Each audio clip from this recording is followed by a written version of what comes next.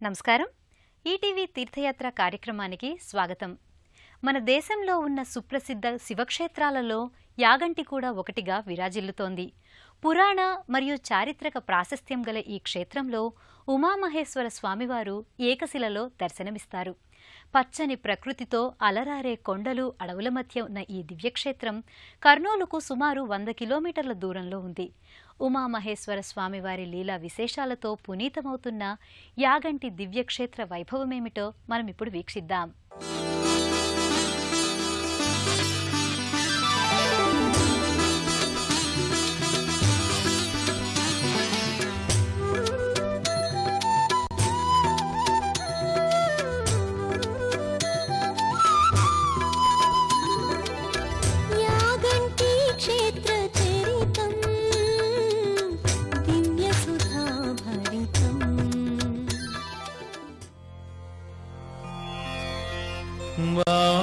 వాగర్ధావివ సంపృక్తో వాగర్ధ ప్రతిపత్తయే జగతః పితరౌ వందే ఉమామహేశ్వరం వందే ఉమామహేశ్వరం.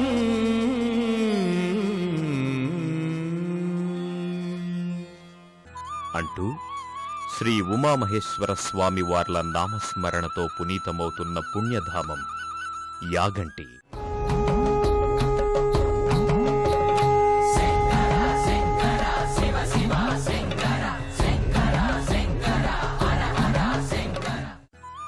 కర్నూలు జిల్లా బనగానపల్లికి సమీపంలో ఉన్న ఈ దివ్యక్షేత్రంలో సాక్షాత్తు ఉమామహేశ్వర స్వామివార్లు కొలువై ఉన్నారు.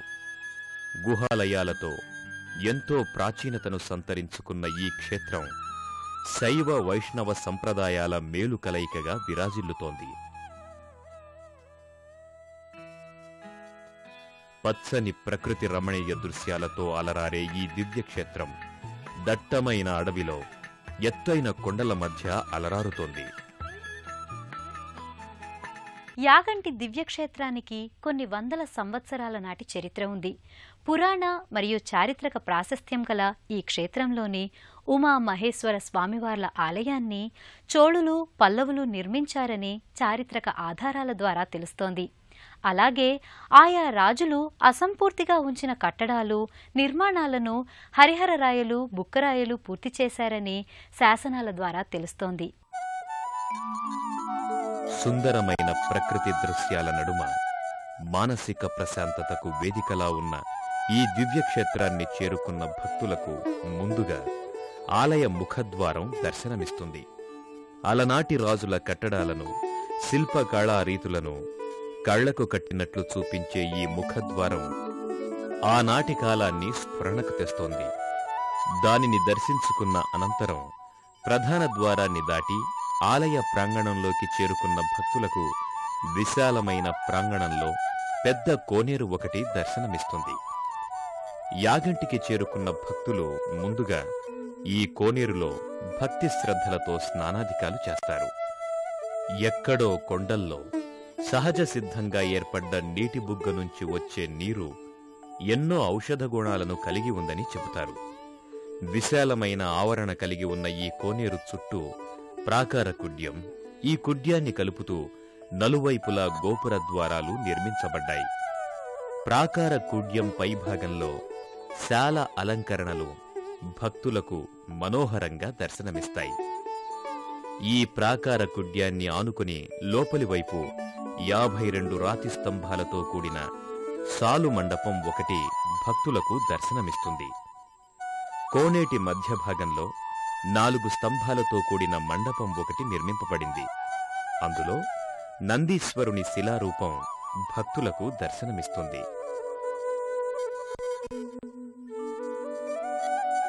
అలాగే కోనేటి నీరు నిల్వ ఉండే గోడలకు లోపలి వైపున అనేక శిల్పాలు భక్తులకు దర్శనమిస్తాయి. విజయనగర శైలిని పోలిన ఈ శిల్పాలలో ఉమామహేశ్వరమూర్తి, నందీశ్వరమూర్తి, శివతాండవం, కిరాతార్జునీయం, శ్రీకాళహస్తి మహత్యం, వీరభద్రమూర్తి, శ్రీ మహావిష్ణువు, నారసింహుడు, లక్ష్మీనారాయణులు తదితర మనోహర శిల్పరాజాలు భక్తులకు దర్శనమిచ్చి మైమరిపిస్తాయి. యాగంటి దివ్యక్షేత్రం మహాపురుషులు భక్తుల పాదస్పర్శతో పునీతమైంది. శివభక్తులలో అగ్రగణ్యుడైనటువంటి భృంగి మహర్షి భూలోకాన్ని సందర్శిస్తూ యాగంటి క్షేత్రాన్ని కూడా సందర్శించాడట.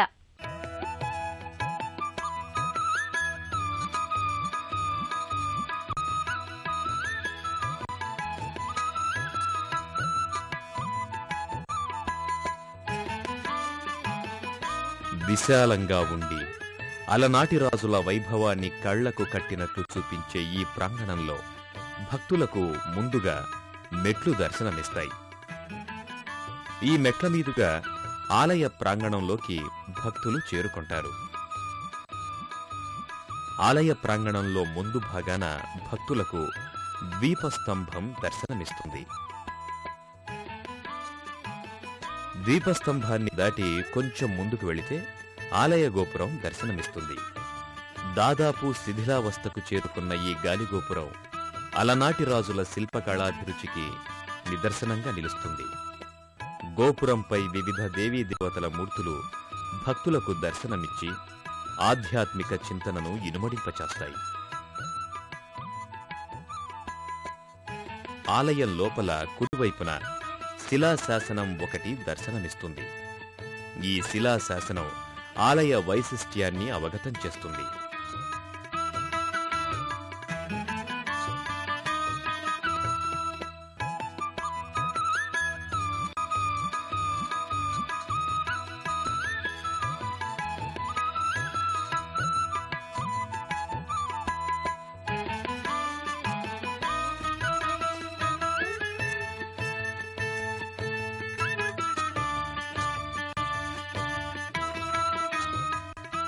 గర్భాలయానికి ఎదురుగా భక్తులకు దృష్టి మండపం దర్శనమిస్తుంది.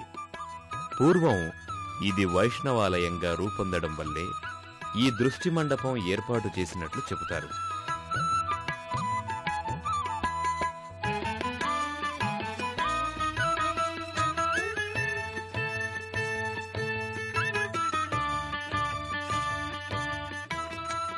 విశాలమైన ప్రాంగణంలో సుందర శిల్పకళాకృతులు మిళితమైన స్తంభాలు, ప్రాకారాలతో అలరారే ఈ ప్రాంగణం భక్తులను మైమరచిపోయేలా చేస్తుంది. నందిని అధిరోహించిన పరమేశ్వరుడు, ఉమామహేశ్వరులు, శ్రీరాముని యాగ సంరక్షణ, తాటకి సంహారం తదితర శిల్పాలు ఈ స్తంభాలపై భక్తులకు దర్శనమిస్తాయి. ఈ మండపం పైకప్పు మధ్య భాగంలో పద్మశిలతో కూడిన అష్టకోణం భక్తులకు దర్శనమిస్తుంది. యాగంటి దివ్యక్షేత్రం శ్రీ ఉమామహేశ్వర స్వామివార్ల లీలలతో పునీతమైంది. ప్రధానాలయ ప్రాంగణంలోనికి చేరుకున్న భక్తులు అనంతరం ఆలయానికి ఈశాన్య భాగంలో ఉన్న నంది మండపానికి చేరుకుంటారు. మూల విరాట్టులైన ఉమామహేశ్వరులు స్వయం ప్రతిష్టం కనుక వారు చిన్న పర్వతాన్ని చూచి నందీశ్వరునిగా కల్పించి స్వయంభువుగా ప్రతిష్ఠితం కమ్మని ఆజ్ఞాపించారట. వారి ఆజ్ఞానుసారం శ్రీ నందీశ్వరుడు చిరు పర్వతాకార నందీశ్వర రూపుడై వెలిశాడని పురాణాల ద్వారా అవగతమవుతోంది. ఆ విశేషాలేంటో పరిశీలించండి. వాటిని దర్శించుకున్న భక్తులు అనంతరం ఈశాన్య భాగంలో ఉన్న నందీశ్వర మండపానికి చేరుకుంటారు. ఇక్కడ ఈ నందీశ్వరుడు కూడా స్వయం ఉద్భవమని భక్తులు చెబుతారు. అలాగే యాగంటి బసవన్న అంతకంతకు పెరిగి కలియుగాంతాన రంకె వేస్తాడని వీరబ్రహ్మేంద్ర స్వామివారు తన కాలజ్ఞానంలో పేర్కొన్న నంది ఇదే కావడం ఈ ఆలయ విశేషంగా చెప్పుకోవచ్చు. ఈ నంది రోజురోజుకి పెరుగుతోందని చెబుతారు. సుమారు 15 అడుగుల పొడవు, 10 అడుగుల వెడల్పు, 8 అడుగుల ఎత్తు కలిగిన ఈ నంది ఇప్పటికీ పెరుగుతుందని చెబుతారు. మహామండపం మూలలో 4 స్తంభాల నడుమ ఉన్న ఈ నందికి 80-90 సంవత్సరాల క్రితం వరకు కూడా నందికి స్తంభాలకు మధ్యలో తిరుగుతూ ప్రదక్షిణాలు చేసేందుకు వీలుగా ఖాళీ స్థలం ఉండేదట. కాని ప్రస్తుతం ఈ నంది మండప స్తంభాలను ఆనుకొని ఉన్న కారణంగా నంది చుట్టూ తిరిగేందుకు ఏమాత్రం అవకాశం కనిపించదు. దీనిని బట్టి ఈ నంది పెరిగిందని స్పష్టంగా అవగతమవుతుంది. పార్వతీ పరమేశ్వరుల అభీష్టం మేరకే ఇక్కడిలా నందీశ్వరుడు వెలిశాడని చెబుతారు. యాగంటి క్షేత్రాన ఉమామహేశ్వర స్వామివారు కొలువయుండటానికి ఒక పురాణగాథ ప్రచారంలో ఉంది. పూర్వం ఒకానొక సమయాన అగస్త్య మహాముని భారతదేశాన్ని పర్యటిస్తూ యాగంటి క్షేత్రాన గల ప్రకృతి శోభకు పులకించి ఇక్కడ వైష్ణవాలయాన్ని నిర్మించి అందు శ్రీవెంకటేశ్వర స్వామిని ప్రతిష్ఠించబోగా విగ్రహం బొటనవేలు శిథిలమైందట. ఈ విఘ్నానికి బాధపడుతూ అగస్త్య మహాముని శివుని గురించి ఘోర తపస్సు చేసి విఘ్నానికి గల కారణాన్ని అడుగగా ఈ క్షేత్రం శివక్షేత్రానికి ఎక్కువ ప్రాధాన్యాన్ని కలిగి ఉందని చెప్పాడట. అంతటా అగస్త్య మహాముని యాగంటి క్షేత్రాన శివపార్వతులను ఏకశిలలో కొలువయుండమని కోరాడట. అగస్త్య మహాముని కోరిక మేరకు శివపార్వతులు ఏకశిలలో ఇక్కడ కొలువయున్నట్లు పురాణాల ద్వారా అవగతమవుతోంది.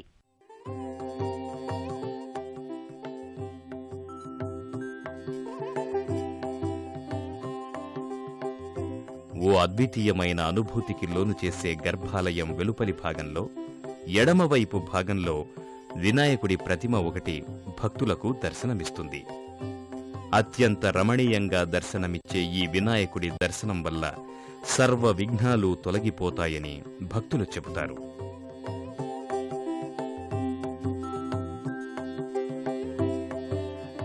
విఘ్నేశ్వరుణ్ణి దర్శించుకున్న భక్తులు అనంతరం గర్భాలయంలో కొలువైన ఉమామహేశ్వర స్వామివార్ల దివ్యమంగళ శిలారూపాన్ని దర్శించుకుని ఆనందానికి గురవుతారు.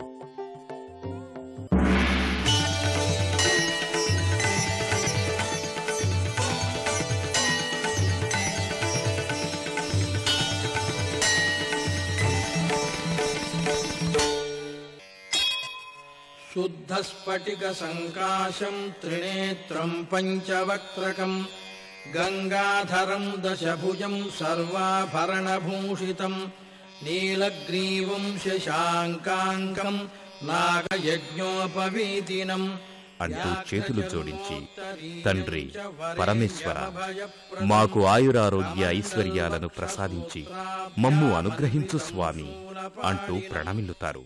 ఓంకారం సకల కళా శ్రీకారం చతుర్వేద సాకారం చైతన్య సుధాపూరం జ్ఞాన కమలకాసారం ధ్యాన పరిమళాసారం మధుర భక్తి సింధూరం మహాభక్త మందారం భవవేరీ భాంకారం హృదయ శంఖ హూంకారం ధర్మధనుష్ఠంకారం జగద్విజయ ఝంకారం అద్వైత ప్రాకారం భజే.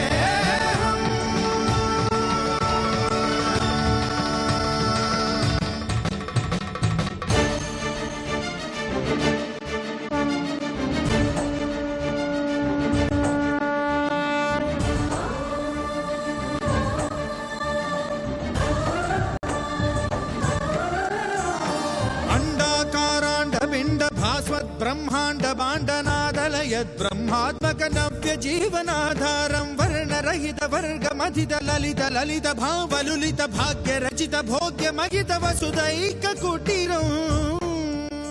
గర్భాలయంలో ఉమామహేశ్వర స్వామివార్లను దర్శించుకున్న భక్తులు అనంతరం ఇదే ఆలయ ప్రాంగణంలో ఉన్న ఇతర దేవీదేవతల మందిరాలను కూడా దర్శించుకుని తరిస్తారు.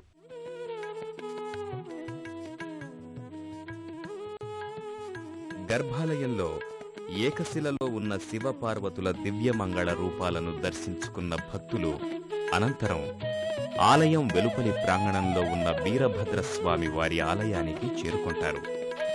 శ్రీ ఉమామహేశ్వర స్వామి వార్ల ఆలయానికి క్షేత్రపాలకుడుగా వీరభద్రస్వామి వారు విరాజిల్లుతున్నారు.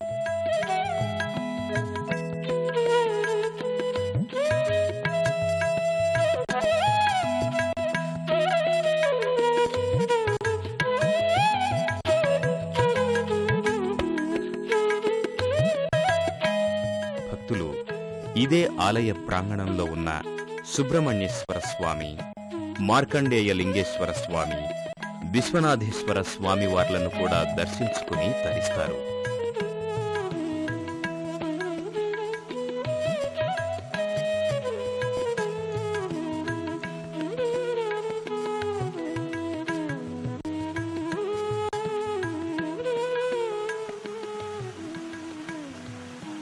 వాటిని దర్శించుకున్న భక్తులు అనంతరం ఆలయానికి ఆనుకొని ఉన్న అగస్త్య పుష్కరిణికి చేరుకుంటారు.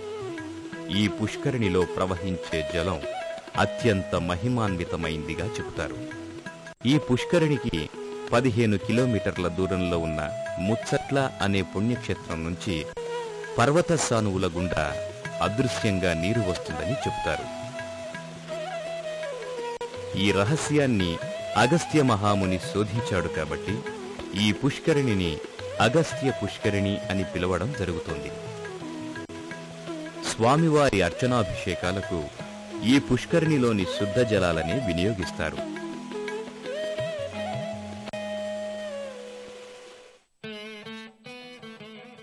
ఆయా దేవీదేవతలను దర్శించుకున్న భక్తులు అనంతరం ఇక్కడే ఉన్న గుహలకు చేరుకుంటారు. ఈ గుహలలో ఎందరో తపోధనులు తపమాచరించారని పురాణాల ద్వారా అవగతమవుతోంది. ఆ విశేషాలేంటో పరిశీలించండి.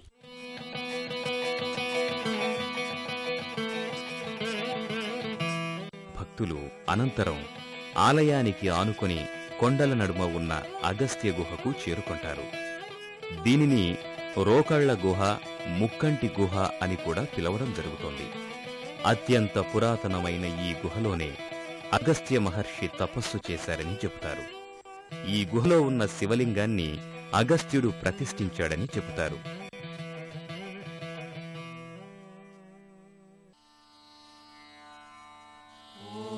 అగస్త్య గుహను దర్శించుకున్న భక్తులు ఇక్కడే ఉన్న వెంకటేశ్వర గుహకు చేరుకుంటారు. ఓ అద్భుత లోకాన్ని ఆవిష్కరించే ఈ గుహ భక్తులకు ఓ విచిత్రమైన అనుభూతిని కలగజేస్తుంది. ఇక్కడ ఈ గుహలో వెంకటేశ్వర స్వామివారు పూజలందుకుంటున్నారు. అగస్త్యుడు ప్రధానాలయంలో ప్రతిష్ఠించేందుకు చేయించిన విష్ణుమూర్తి విగ్రహం భిన్నం కావడంతో ఆ విగ్రహాన్ని ఈ గుహలోనే నెలకొల్పారని చెబుతారు. ఈ గుహలో పూజలందుకుంటున్న వెంకటేశ్వర స్వామి విగ్రహానికి కూడా కుడికాలు బొటనవ్రేలు గోరు విరిగి ఉండటాన్ని భక్తులు దర్శించుకుంటారు. మహిమాన్వితమైన ఈ గుహలో కొలువైన వెంకటేశ్వర స్వామివారి దివ్యమంగళ శిలారూపాన్ని దర్శించుకున్న భక్తులు అలౌకికమైన ఆనందానికి గురవుతూ చేతులు జోడిస్తారు.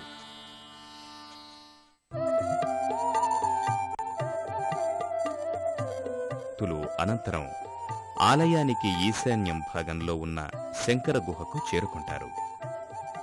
ఈ గుహలోని శివలింగాన్ని కూడా అగస్త్యుడే ప్రతిష్ఠించాడని చెబుతారు. శ్రీ పోతులూరి వీరబ్రహ్మేంద్ర స్వామి తమ కాలజ్ఞానంలోని కొంత భాగాన్ని ఈ గుహలోనే రాశారని చెబుతారు. అలాగే బ్రహ్మంగారు వారి శిష్యురాలైన గరిమిరెడ్డి అచ్చమ్మకు, ఆమె భర్తకు ఈ గుహలోనే జ్ఞానోపదేశం చేశారని చెబుతారు.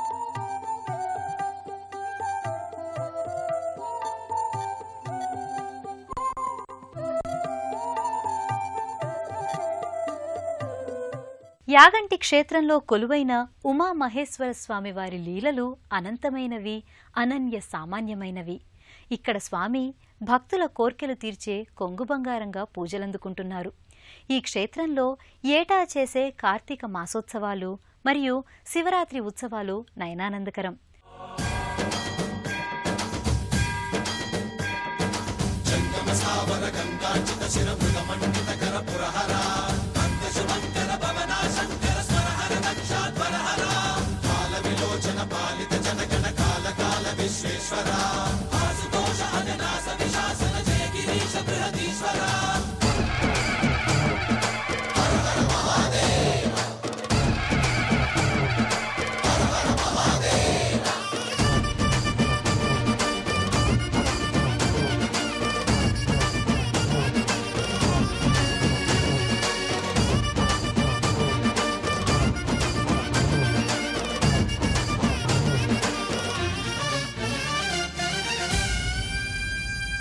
ప్రభో పరమేశ్వర రక్షించు తండ్రి అనగానే వచ్చి భక్తుల కోర్కెలు తీర్చే కరుణామయుడు ఉమామహేశ్వరుడు.